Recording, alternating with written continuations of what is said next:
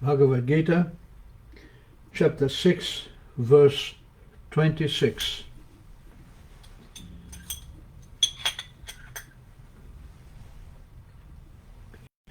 Jaya Radha Madhava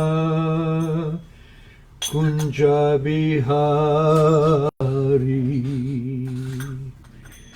Jaya Radha Madhava Kunja Bihari. Jaya Gopi Janaballabha Girivaradhari.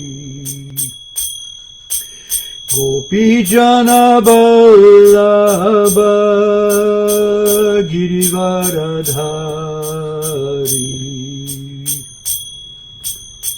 Yashodanandana Vraja Janaranjana. Yashodanandana Vraja Janaranjana. Yamuna Tira Vanachari. Yamuna Tira Vanachari. Jaya Radha Madhava Kunja Bihari. Jaya Radha Madhava Kunja Bihari. Jaya Gopi Janaballabha Girivaradhari. Jaya Gopi Janaballabha Girivaradhari. Yashodanandana Vraja Janaranjana.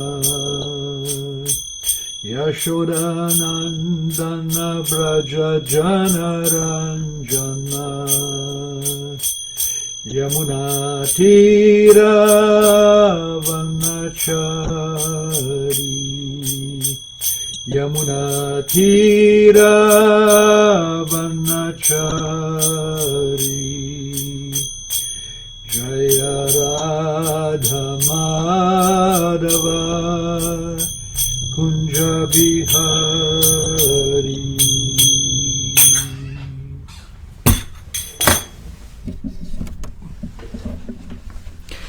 Jayam Vishnupada Paramahansa Paribrajakachaja Stotara Sata Shri Srimad A.C. Bhaktivedanta Swami Shri Prabhupada Ki Jai. Ananta Koti Vaishnava Vrinda Ki Jai. Namacharya Srila Haridas Thakur Ki Jai. Prem se kaho Shri Krishna Chaitanya Prabhu Nityananda Shri Advaita Gadadhar Srivasadi Gaura Bhakta Vrinda Ki Jai. Shri Sri Radha Krishna Gopa Gopinath Shama Kunda Radha Kunda Giri Govardhan Ki Jai. Shri Vrindavan Mathura Dham Ki Jai. Navadip Mayapur Dham Ki Jai. Jamuna Mai Ki Jai. Ganga Mai Ki Jai. Bhakti Devi Ki Jai. Tulsi Devi Ki Jai. Samaveta Bhakta Vrinda Ki Jai. All glories to the assembled devotees. All glories to the assembled devotees. All glories to the assembled devotees. Bhagavad Gita, chapter 6, verse 26. Yato yato nischalati manaschanchalamashtiram tatastata nyamitamad atmani eva vashammayat. Yato yato nischalati manaschanchalamashtiram tatastato niyamamyaitad atmani eva vasham nayet. Yato yato nischalati manaschanchalamashtiram Tatastato nyamayaitat atmani eva vasham nayet. Yata, whatever, yata, wherever, nischalati, very agitated, manaha, the mind, chanchalam, flickering, ashtiram, unsteady, tata, from there, tata, and thereafter, niyamya, regulating, etad, this, atmani, in the self, eva, certainly, vasham, control, nayet, must bring in. Translation and purport by Srila Prabhupada. From whatever and wherever the mind wanders due to its flickering and unsteady nature, one must certainly withdraw it and bring it back under the control of the self. Purport. The nature of the mind is flickering and unsteady, but a self-realized yogi has to control the mind. The mind should not control him. One who controls the mind, and therefore the senses as well, is called a Goswami or Swami.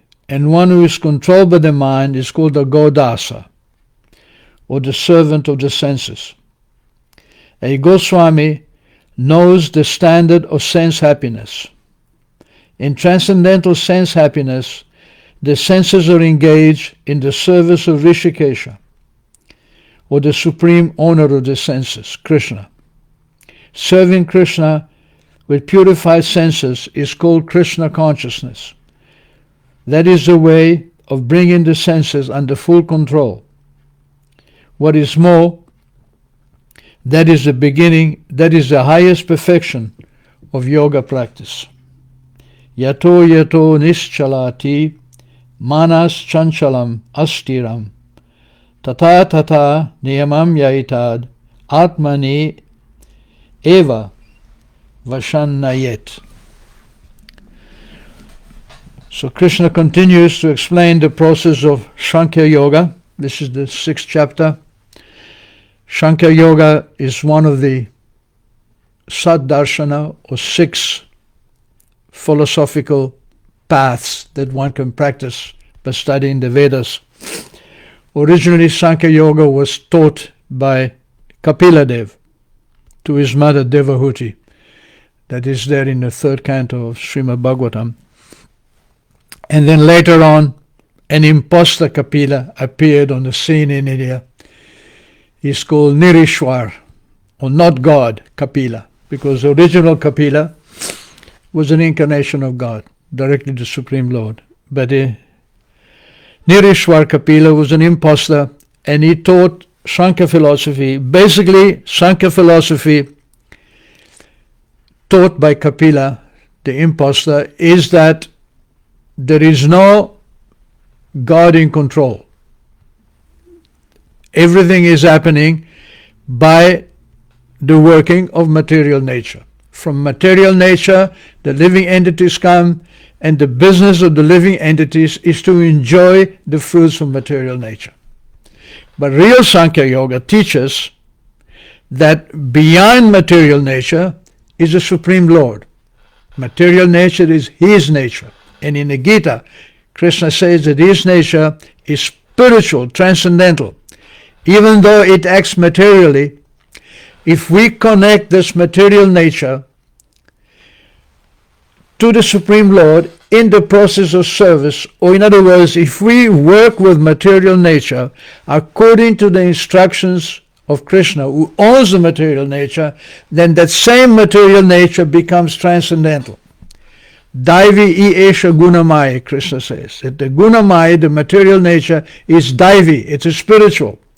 But it is very, very difficult to overcome. Mama Maya, Krishna says, my illusion, my energy.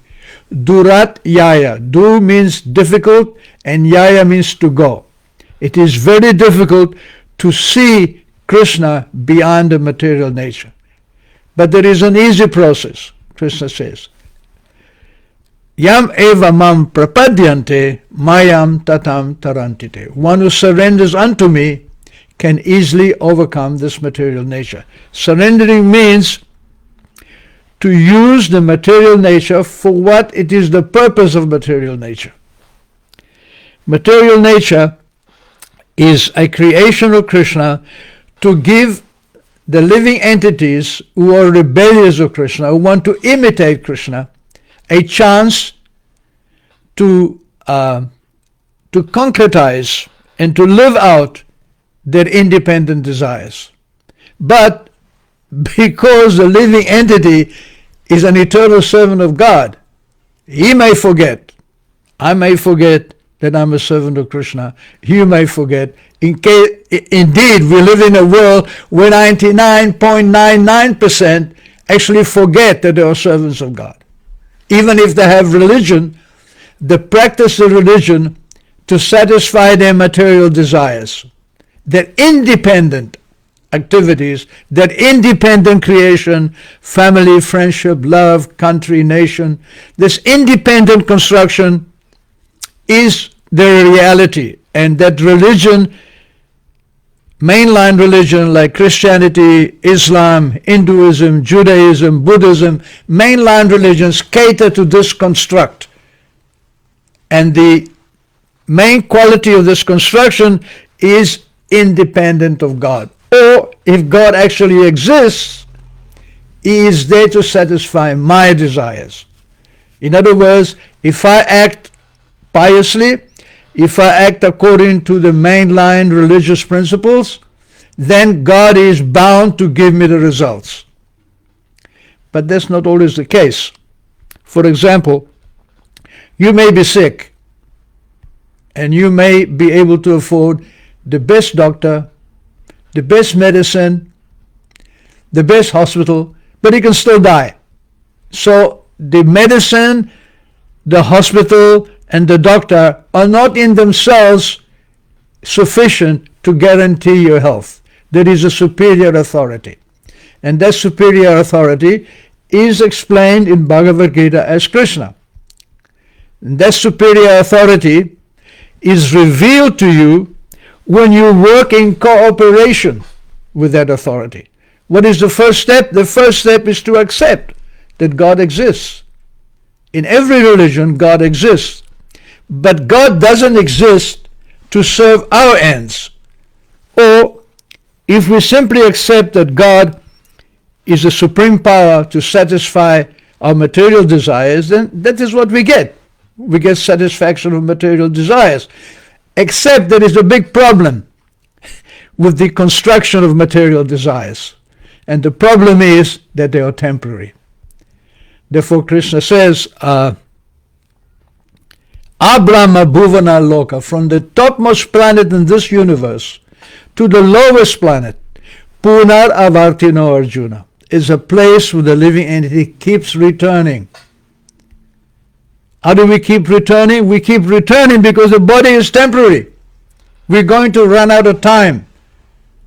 You may live to 100 years, or you may be a demigod living for 100,000 years, but the time will come when the body is finished. But we are not finished when the body is finished. Nahanyate anyamane sharire. When the sharira, when the body is dying, is finished, the living entity still lives. Vasansi jirnani yata vihaya.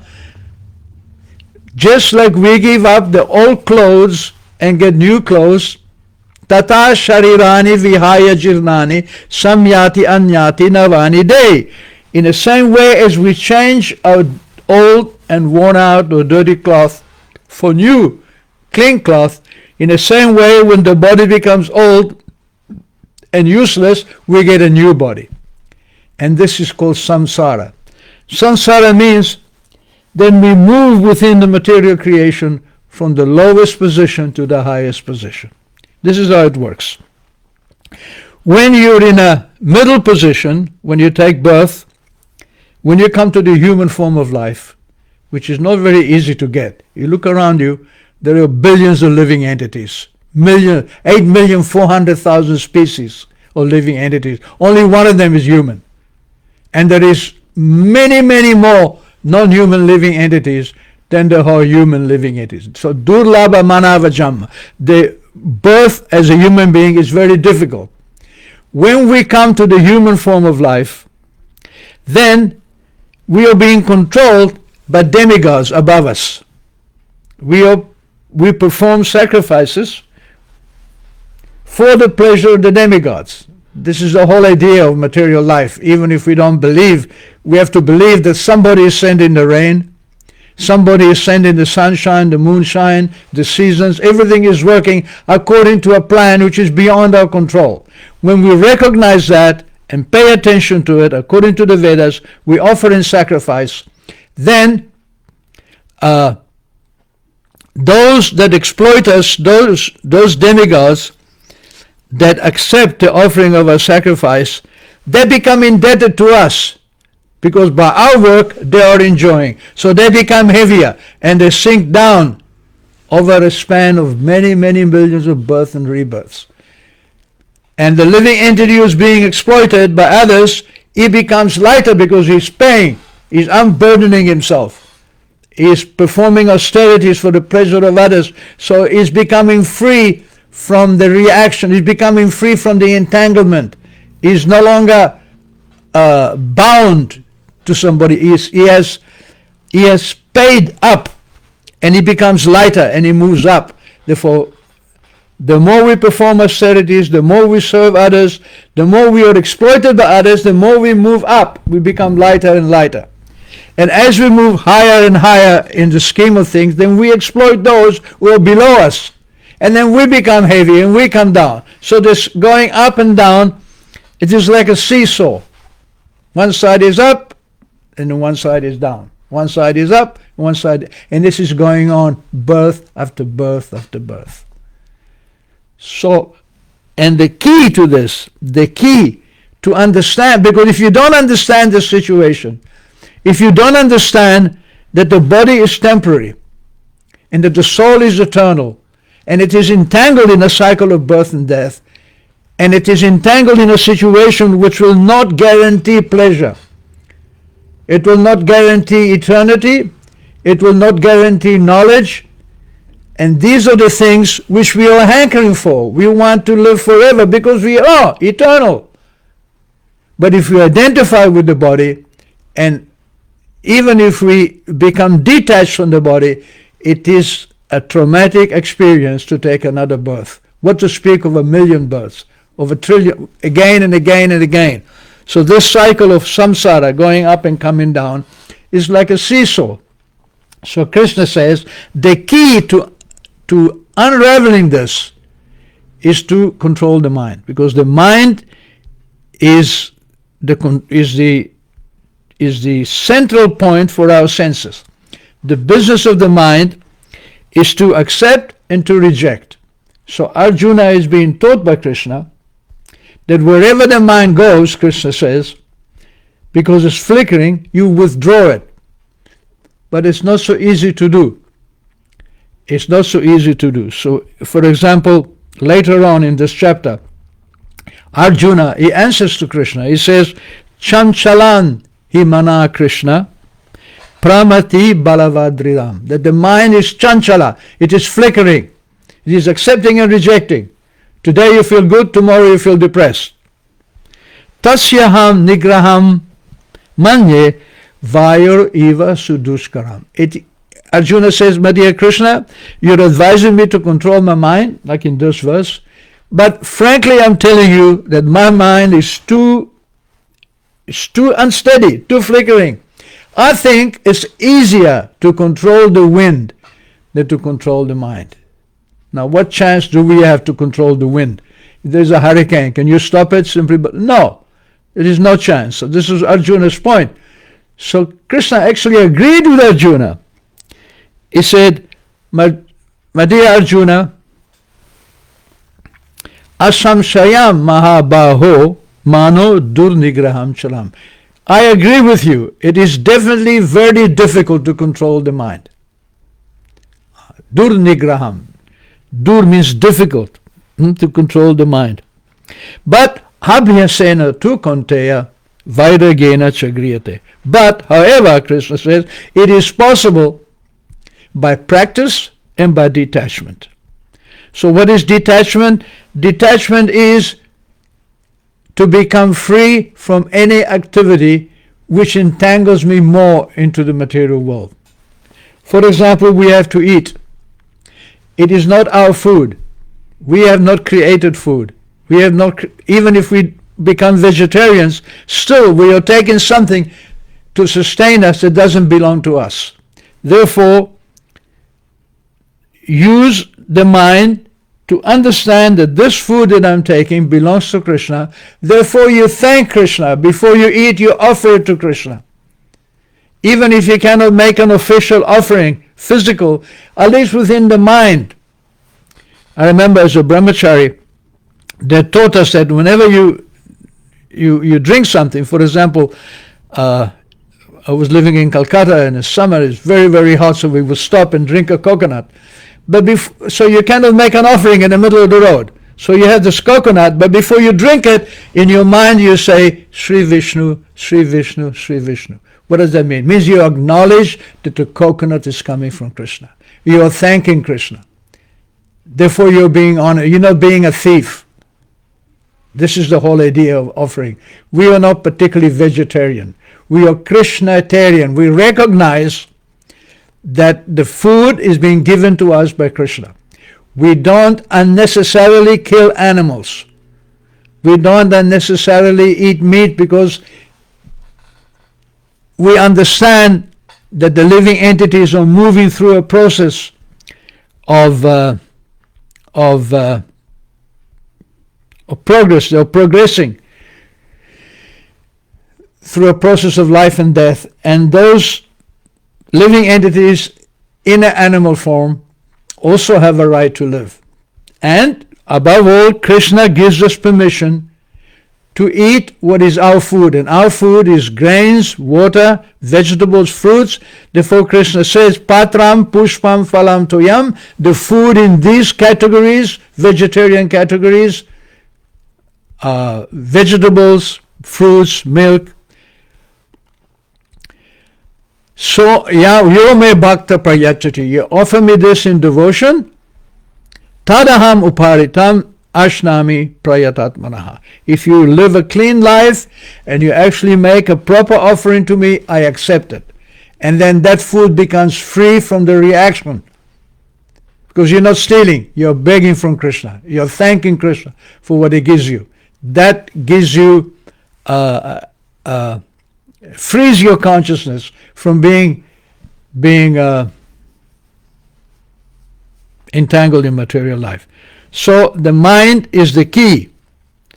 Often I say that if you don't learn to control your senses, you cannot control the mind. And if you cannot control the mind, you cannot understand you're a spirit soul.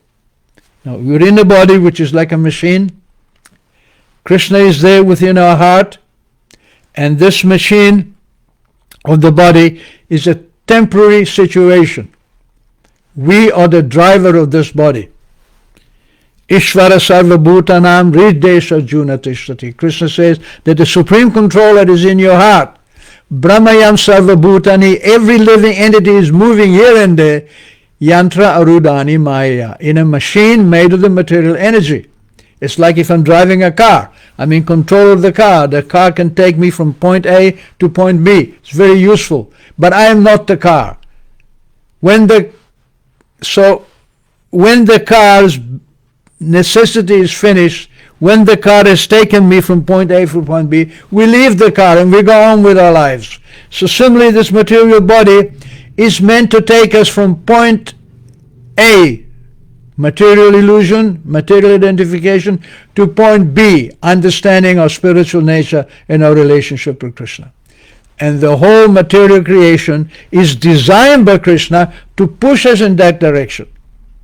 It is designed by Krishna to make us understand that whether we go to Brahmaloka, Abrahma, Bhuvanal, to the lowest planet, Punar Avartino Arjuna, we have to keep coming back again and again.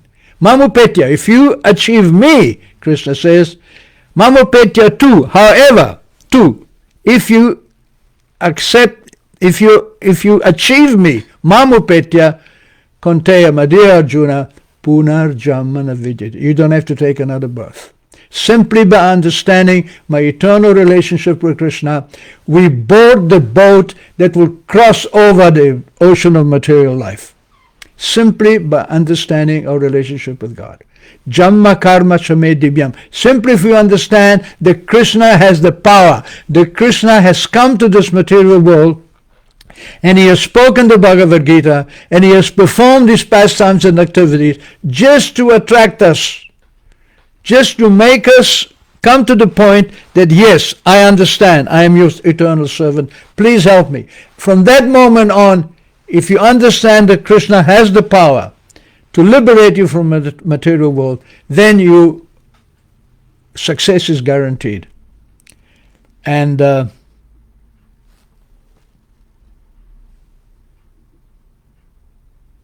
the idea beyond controlling the senses has become very, very easy, because to control the senses you need to have motivation. You need to want to do it, otherwise you sleep all day. You need to want to do it. How do you want to do it? The desire to want to control your senses comes from understanding your spiritual nature. Therefore, Krishna came again as Chaitanya Mahaprabhu to teach us the process how to connect with him. And it is beginning with cleaning the heart. Cheto darpana marjanam. Marjanam means to clean, cheta means consciousness, and darpana means mirror. So in the heart, our consciousness, and our consciousness is in the heart, not in the head, in the heart. I feel my pleasure and my pain in the heart. So in the heart, I identify with the material body. I identify with my wife, with my family, with my children, with my nation. But Krishna says, when you clean away this identification, you can actually see who you are. And who you are is my eternal servant. Jivera Swarup Nitya Krishna Das. The living entity is an eternal servant of Krishna. There is no ifs and buts. There is no other way of putting it. We are eternal servants of Krishna. Krishna Tatashta Shakti. We are the marginal energy of Krishna, Beda Abheda Prakash. We are manifested from Krishna's body. We are equal to him in quality, and we are different from him in quantity. This is the key of cleaning the heart. And you clean that mirror in the heart by chanting the Hare Krishna Maha Mantra.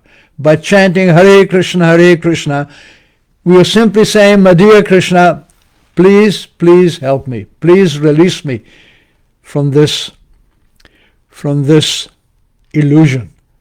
Therefore, one who teaches Krishna consciousness, someone on the level of Srila Prabhupada who was able to break through our illusion, has to be able to control his senses. Vacho vegam, manasa krodha vegam, jiva vegam, udaro pashta vegam. These are the quality of a teacher who can control the mind. How do you control the mind? You control the mind by always thinking about Krishna. If you are Krishna conscious, if you become even a little bit in love with Krishna, and as soon as you recognize Krishna, that love begins, that love bond awakens, because Krishna is pure love. Once you connect with Krishna and you feel some attraction to him, it is such a wonderful experience, you cannot stop talking about it. Sometimes I'm amazed that people speak on Bhagavad Gita and Srimad Bhagavatam and they hardly mention Krishna. They mention so many things. How we should become kind, how we should become tolerant, how we should become progressive, blah, blah, blah, blah, blah, blah. The point is that without Krishna you cannot be kind, you cannot be tolerant, you cannot be progressive. With Krishna, automatically all the qualities come. Yasyasti bhaktir bhagavati akinchana. One who has Krishna as his only goal Bhagavati akinchana, who has no other business. Sarvai gunai samasata sura. He gets all the qualities of the demigods. You don't have to additionally, you don't have to practice non-violence, truthfulness, kindness, compassion. No. And if you try to practice it independently of Krishna, you will not succeed. In any case, you will die and start again in another life. Who knows? But if you become a devotee of Krishna, automatically all these qualities will become manifested in the heart. I was reading on one Facebook comment. The comment was that if you practice kindness to others and tolerance, then you get the Lord's blessings. And I answered, no, it's the other way around. If you get the Lord's blessings, then you can practice kindness and tolerance. Thank you very much. So, I want to first thank you all for joining me tonight, and apologize that I missed for some weeks. I was a little ill, nothing serious, but enough to knock me on my back, so I took some time off, but I intend to continue. We have some comments from Mandi Prior from England, Hare Krishna, and Atmavidya Prabhu, Hare Krishna, humble obeisances to the virtually assembled devotees. Yep, we are virtually assembled, all right. Body and mind are virtually assembled with the soul. We have to virtually break this assembly and understand the component parts. Dhammajit Patel, Rob Illings, Hare Krishna, Jai Gauranga, Vishnivamsa, all glories to the assembled devotees, all glories to Chaitanya Mahaprabhu and Mahaprasad. Please surrender to Krishna. Very happy to listen to your class this evening, dear Prabhu. Thank you very much. Thank you, Mandi Prabhu. All glories to you. I so often say I am nothing because you listen to my class and makes it worthwhile. And during the last 2 weeks when I was pretty much resting, I did a lot of reading, because this is what I do. I read, I sleep a little bit, I read some more, eat a little prasadam, sleep a little more, read some more, and allow my body to recover from the virus. So it came to me how important it is to speak on Bhagavad Gita. It is a service for Krishna. I'm doing the service of Bhagavad Gita not because I'm anything special or that I know anything special. It's simply my little bit of service. It's nothing. My service to Krishna is like the little spider during Lord Ramachandra's Leela. Lord Rama was building this bridge from Rameshwar in South India to Sri Lanka, and he was putting, and the monkeys that were throwing all these rocks down and making this bridge, and one little spider, he was just kicking a little grain of sand, and he was getting in the way of the monkeys, and they were complaining, but Lord Ramachandra said, no. He said, I have given you the power to throw huge boulders, even to float in the water, and I've given the spider the power to kick a little bit, a grain of sand. But to me, the service is the same. So, thank you very much for participating, and we'll see you all on Friday. Hare Krishna.